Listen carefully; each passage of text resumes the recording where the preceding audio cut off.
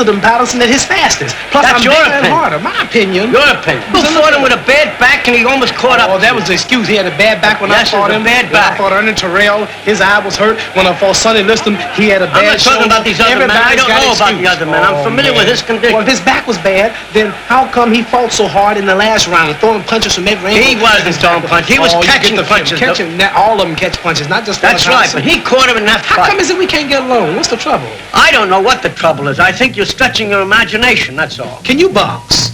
Well, let's say I can... Let's take a walk. Oh, come now. Come on over here. Don't need to.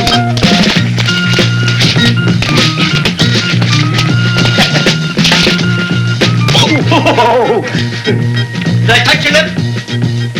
Did I touch your lip, really? Traveled to Europe to cream Henry Cooper, Brian London, and Carl Mildenberger. Put the hard-hitting Cleveland Williams away in 3. I was surprised that he hit as hard as he did. I really thought he had a pushover tonight because he's been around so long, and I figured he's way over the hill. But that Cleveland Williams had a lot of hard punches.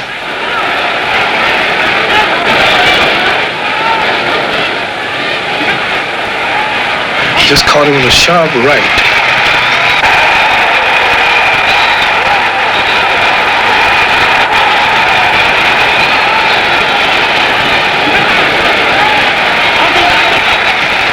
He hit hard. He caught me a couple of times that really shook me up.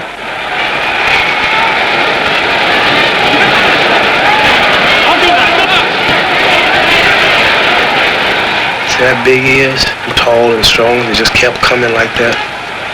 Williams is going to come back here with a hard left hook, but he missed. I think I watched that right hand. I caught him with that right hand again. See, that's the same right hand that I used in the Olympics. And he's really flat out this time. I think he might try. The bell saved him, I can remember.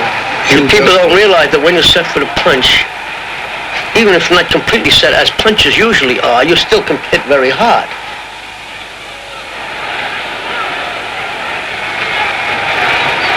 This is round 3, I think. This is the round I got him in. I just caught him with another right hand. That's that Ali shuffle. Here comes the shuffle again, I think.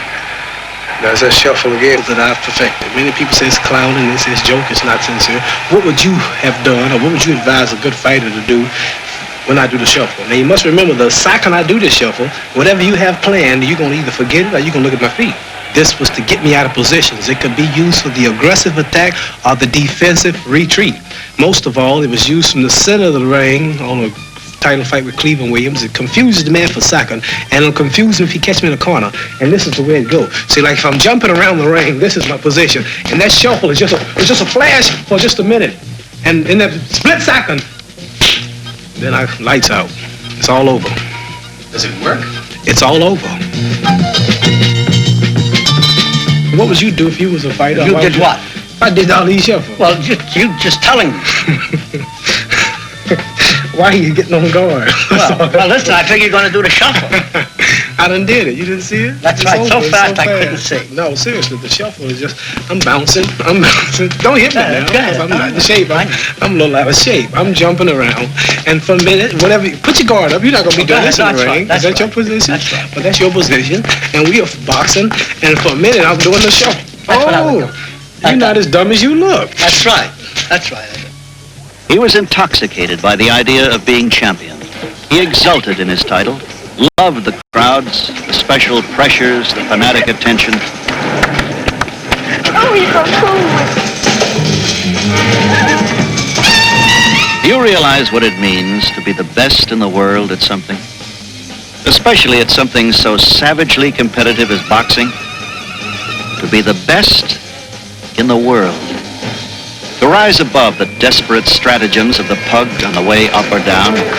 How many kids under how many sleazy, buck-hungry trainers, living on hamburgers and cokes, pickling their fists in brine to make them tough, overmatched because it's the only match that can be made. To be told by his trainer that it was a lucky punch and that he's a cinch to win his next bout. To rise out of all that. To rise so far when down is so low. To become the best in the world. It was part of Clay's electric responsiveness that he could never take his title for granted. And when he wasn't fighting title bouts, he was boxing exhibitions. It was as if he knew that his time for fighting was coming to an end, and he wanted to do as much as he could, as quickly as he could. I think you became a professional the night you fought Chavallo.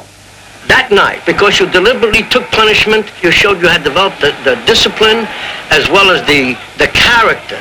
In that fight, I heard so much about people talking about he can't take it to the body. Chavallo might get him in the body. People hollering, stay on his body. Here's where I'm letting him punch me here, see? That's right, I remember that. I remember that clearly.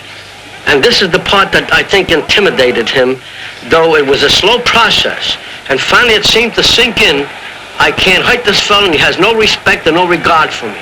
You took away from him his great asset, his ability to keep coming and wear his man down. I think that was taking away his best weapon. You took the bullets out of his gun, so to speak. I like to say he just wouldn't fall because he was strong. He was trying to prove something beyond simple victory. But what? That he was beyond mortal anxieties? That no blows could hurt him? But his immunity did not extend to politics. Black Muslimism changed more than his name. His draft classification was changed from one